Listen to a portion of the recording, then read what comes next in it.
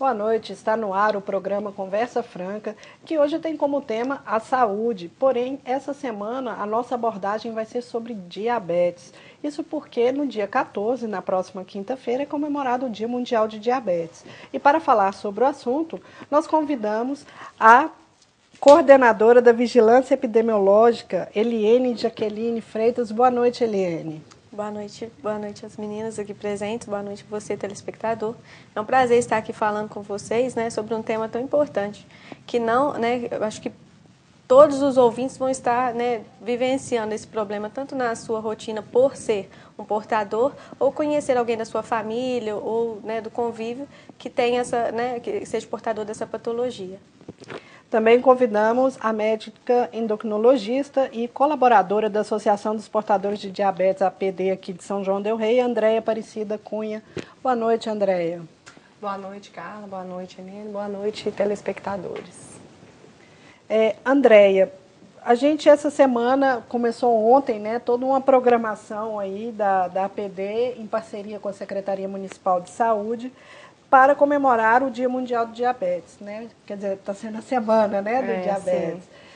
Qual é a abordagem? O que vocês vão abordar durante essa semana? O que vai ser passado aí às pessoas e quem pode participar do evento? Essa comemoração é feita visando principalmente educação e prevenção. Então, ocorrem palestras na própria sede da APD, e com educadores em diabetes, que são especificamente uma enfermeira, educadora em diabetes, fala diversos assuntos sobre a aplicação de insulina, sinais, sintomas, mas voltada para o portador de diabetes. Além disso, oficinas também para os portadores de avaliação dos pés, uma mesa redonda assim, com nutricionista, psicólogo, e além disso, diariamente ocorre medição de glicemia capilar, que é o teste, né, da ponta de dedo, que isso, principalmente a prevenção, né, visando o diagnóstico de pessoas que às vezes não sabem ser portadoras e que às vezes num teste feito por um acaso, numa campanha, descobre que tem diabetes. É importante a gente falar isso porque, com relação à prevenção e à educação, metade, ou às vezes até mais da metade dos portadores de diabetes tipo 2 desconhecem ser portadores. Muitos desses vêm a descobrir essa doença por meio dessas campanhas, por isso a importância delas. Qual é a diferença aí? Tipo 2, tipo 1? Qual que é a diferença de um tipo de diabetes para outra? Então, existem vários tipos de diabetes, mas os mais comuns são o tipo 2 e o tipo 1. O tipo 2 é o tipo mais comum, né? A maioria adultos, após 40 anos, e tem a ver, em 80% dos casos, com sobrepeso e obesidade. Tanto que, atualmente, a gente tem visto cada vez mais precocemente, às vezes antes dos 40 anos, pacientes abrindo o quadro de diabetes tipo 2. Então, esse tipo é o tipo que é mais prevenível, porque ele tem totalmente a ver com hábitos de vida, alimentação, sedentarismo, os fatores de risco aí. Já o tipo 1 é um tipo autoimune, não existe uma causa que provoque esse tipo 1, mas aí já é uma doença que não tem como a gente prevenir na atualidade. Geralmente acontece em mais crianças, mas ele pode acontecer em qualquer idade e o aparecimento dele ele é mais abrupto, né? A pessoa já apresenta-se com a glicemia alta e já imediatamente já tem que tomar insulina.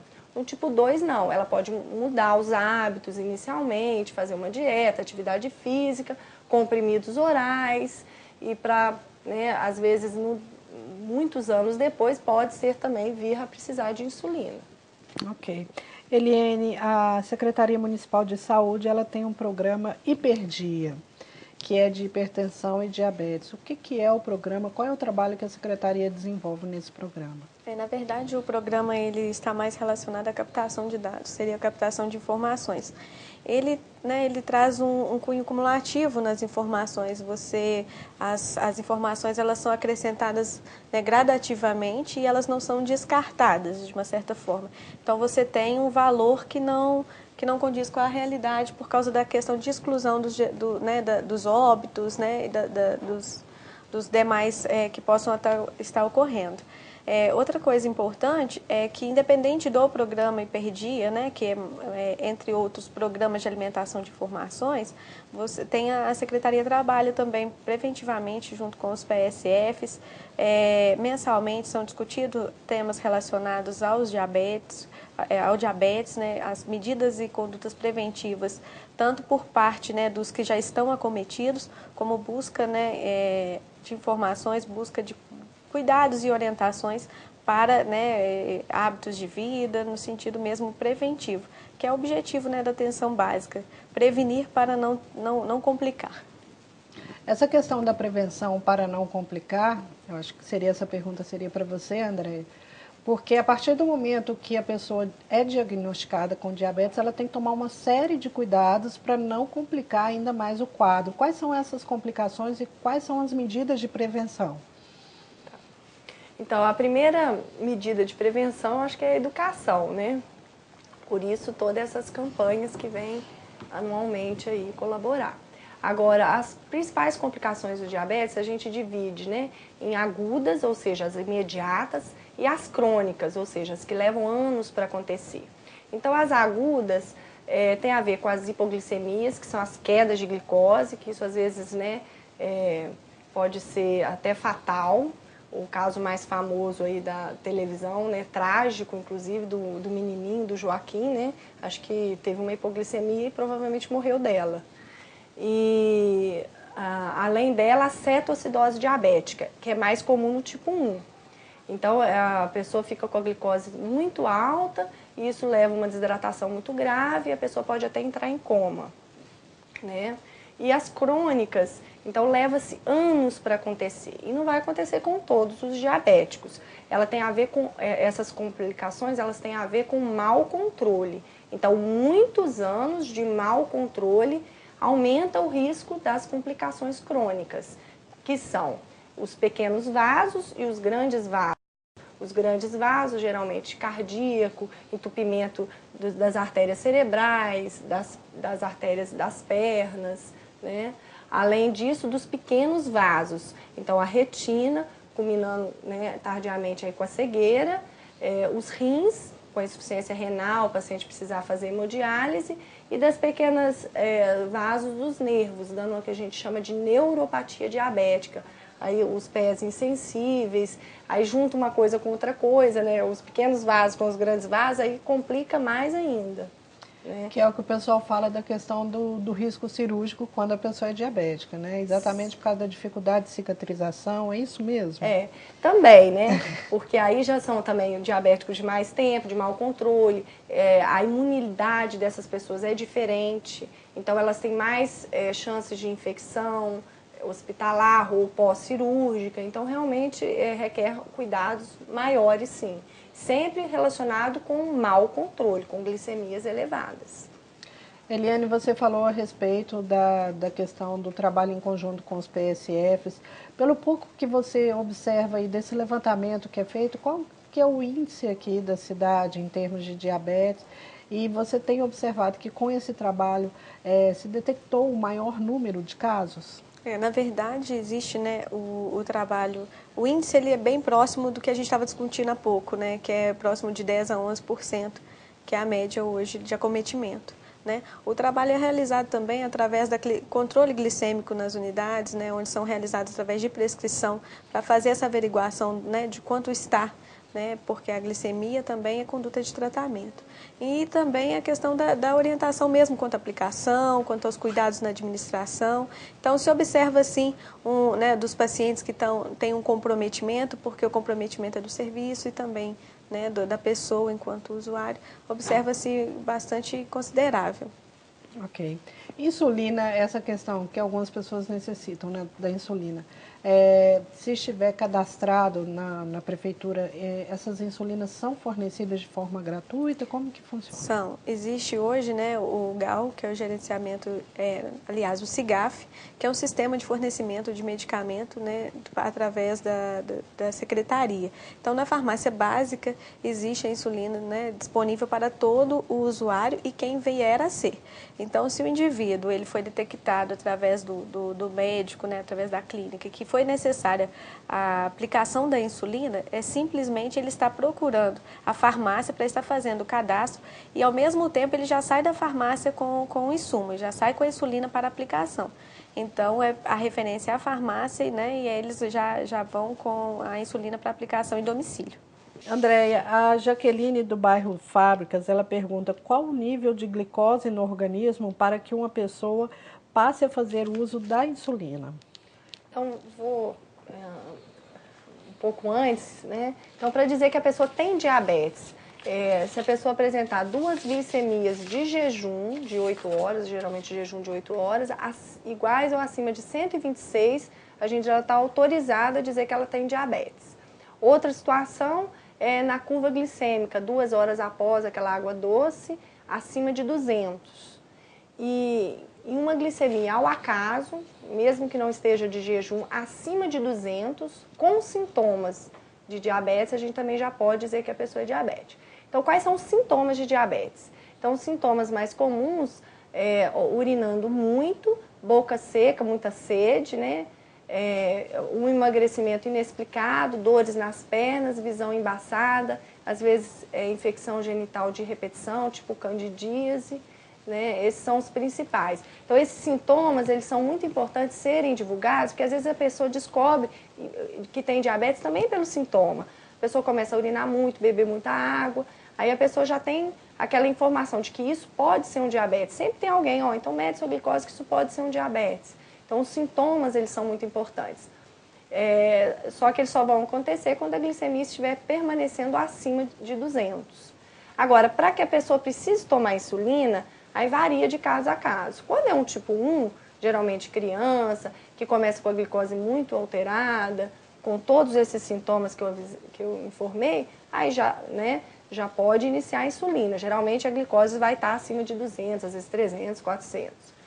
E para um diabetes tipo 2, varia. Às vezes ela precisa tomar insulina para fazer uma cirurgia, mesmo com a glicose normal. Às vezes ela precisa tomar insulina porque ela já está tomando 3 ou 4 medicamentos orais e o controle da glicemia dela não está adequado. Isso a gente vê não só pela glicemia de jejum, mas por um exame que é feito na dosagem sanguínea que chama hemoglobina glicada. Esse exame tem que estar abaixo de 7%, que dá uma média de glicose em torno de 154. Então, se eu tenho um paciente que eu já acompanho, usa 3, 4 comprimidos, às vezes está com jejum até bom, 120, 130, razoável, né? Mas essa hemoglobina glicada, 7,8, 8, eu não tenho mais o que oferecer para ela de comprimidos, então eu também posso estar prescrevendo insulina.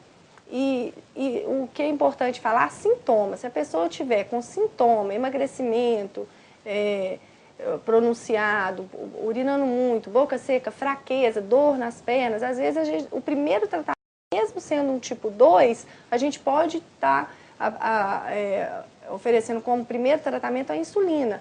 Aí espera esse paciente sair do que a gente chama de toxicidade da glicose, porque a glicose alta há muito tempo ela é tóxica para o pâncreas. Então, a gente dá a insulina para esse paciente um tempo, depois a glicose normaliza, aí às vezes a gente pode estar introduzindo os medicamentos orais. Então, não existe uma glicose para eu começar a insulina. Existe sintoma, existe a necessidade do paciente. Pode ser então, é a própria reação do corpo do paciente com a questão do diabetes, seria isso? Não é bem isso. Na realidade, é a situação que ele está. Se ele está sintomático com a glicose acima de 200, eu posso dar em qualquer tipo de diabetes, seja tipo 1 ou tipo 2. O tipo 1 eu precisa, o tipo 2 eu tenho essa possibilidade. Hoje a recomendação, os guidelines, recomendam qualquer sintoma de diabetes, assim, que a gente fala descompensado, urinando muito, boca seca, emagrecimento, que a gente inicie com insulina, entendeu? Mas às vezes eu posso iniciar a insulina com uma glicose de 120, 130, mas que o controle ao longo dos 3 meses que essa hemoglobina glicada dá, está alterada, 7,8%, 8%, e o paciente eu não tenho mais o que oferecer para ele de medicamento. Ele já faz dieta, já faz atividade física, entendeu? Então, não tem uma glicose chave. Geralmente é acima de 200, mas se é um tipo 2 que já está em acompanhamento, às vezes até uma glicose mais ou menos normal, eu já posso começar a 130, 140, já toma muitos comprimidos, eu não tenho como aumentar comprimido, então eu vou passar a insulina. Ok. Uma outra pergunta aqui é da Irene do Matozinhos. Ela pergunta que você comentasse sobre a diabetes emocional, tipo 1. Então, na realidade não existe esse tipo emocional, né? Existe o tipo 2, o tipo 1, gestacional e outros tipos de diabetes. O emocional é sempre uma pergunta prevalente nos programas que eu participei, porque existe mesmo essa questão. A pessoa está mais nervosa, está mais ansiosa, ela pode aumentar, né? Os hormônios do estresse que a gente fala quando a gente está nessa situação, eles têm essa propriedade de aumentar a glicose, entendeu? Mas eu gosto de desmistificar isso para os meus pacientes, pelo menos. Por quê? Porque aí fica, vamos dizer assim, né? Fica um ganho, né, com a doença. A pessoa não pode ter um ganho com a doença, né? Não pode deixar aquela pessoa nervosa, senão a glicose sobe, né? Não, você não pode mexer com a criança que a glicose sobe. Não. A pessoa tem que aprender a lidar com as emoções, né? As emoções podem alterar, sim, a glicose? Podem. Mas emoções a gente não evita na vida, né? Elas vêm. Então, a gente tem que aprender. Quando você recebe uma notícia ruim, você pode ficar calma, você pode ficar nervosa. Isso também tem a ver com autocontrole, né? Mas acontece. Se a pessoa ficar muito nervosa, muito agitada, pode aumentar a glicose, sim. Ok. Eliane, eu gostaria de agradecer a sua participação no nosso programa. Nós já extrapolamos muito, o pessoal da produção está me informando aqui. Nós acabamos extrapolando um pouco o nosso tempo aqui. Muito obrigado pela sua participação aqui no nosso programa. Andréia, muito obrigado pela participação aqui no nosso programa. Ok, muito obrigada, Andréia. E você, telespectador, nosso programa fica por aqui. A todos vocês, uma boa noite e até a próxima terça-feira.